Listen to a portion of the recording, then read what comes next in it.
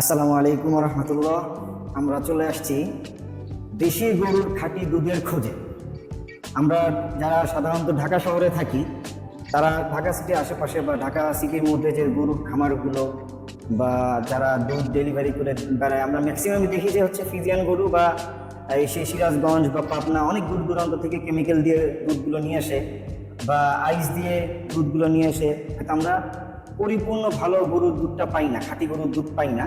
তো আমরা এই যে দেখতেছেন সাভারের ওই সাইডটাতে ইনশাল্লাহ আমরা আর আধা ঘন্টার মধ্যেই চলে যাব ওই গ্রামটাতে, যে গ্রামটা দেখা যাচ্ছে ওই পাশে। তো ওখানে একটা গ্রাম আছে, গ্রামের নামটা উল্লেখ করলাম না।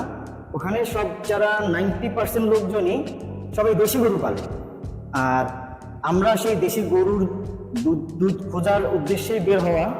তো আলহামদুলিল্লাহ আমাদের খামারেও আছে দেশি গরু কিছু, বাট বেশিরভাগই হচ্ছে ফিজিয়ান গরু, কিছু সংখ্যক আছে দেশি গরু। কিন্তু আমরা দেশি গরুর যে চাহিদাটা, দেশি গরুর দুধের চাহিদাটা, সেটা আমরা আমাদের খামার থেকে চাহিদা পূরণ করতে পারতেছি না। এর জন্য আমরা সেই দেশি গরুর খাঁটি দুধ খোঁজার উদ্দেশ্যে বের হওয়া এবং ওখানে যাব। আপনারা সবাই দোয়া করবেন আমরা যে উদ্দেশ্যে বের হয়েছি যেন আমাদের উদ্দেশ্য সফল হয়।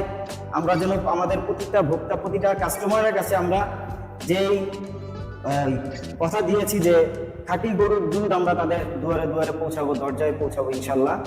আপনারা দোয়া করবেন আমরা যেন আমাদের উদ্দেশ্যে সফল হই। আসসালামু আলাইকুম।